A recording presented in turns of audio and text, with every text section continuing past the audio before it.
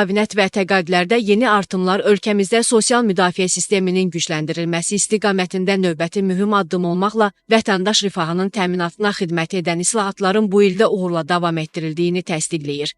Ajans az məlumat verir ki, bu barədə Əmək və Əhalinin Sosial Müdafiəsi Nazirliyində keçirilən növbəti kollegiya iclasında qeyd edilib. Əmək və Əhalinin Sosial Müdafiəsi Naziri Anar Əliyev bildirib ki, Prezident İlham Əliyevin fərman və sərəncamları ilə 2018-ci ildən ardıcıl olaraq icra olunan 4 milyondan çox vətəndaşı əhatə edən 5 sosial islahat paketinin hər biri üzrə əmək haqqı və pensiyalarla yanaşı müavinət və təqaüd artımları da həyata keçirilib. Artımların əsasən şamil olunduğu kateqoriyalar da şəhid ailələri, az təminatlı ailələr, əlilliyi olan şəxslər, o cümlədən müharibə ilə əlaqədar əlilliyi olan şəxslər, 5-dən çox uşağı olan qadınlar, ailə başçısını itirən ailələr və başqa həssas qruplardır. Kateqoriyalara yönələn sosial ödənişlərdə hər bir sosial islahat paketi üzrə artımların edilməsi, son illər həmin ödənişlərdə ciddi artımlara nail edilməsi dövlətin onlara olan xüsusi qayğısının əməli təzahürüdür. Nazir bildirib ki, müavinət və təqaüdlərində yeni artımlar edilmiş, vətəndaşlar artıq gələn aydan bu ödənişləri artımla alacaqlar.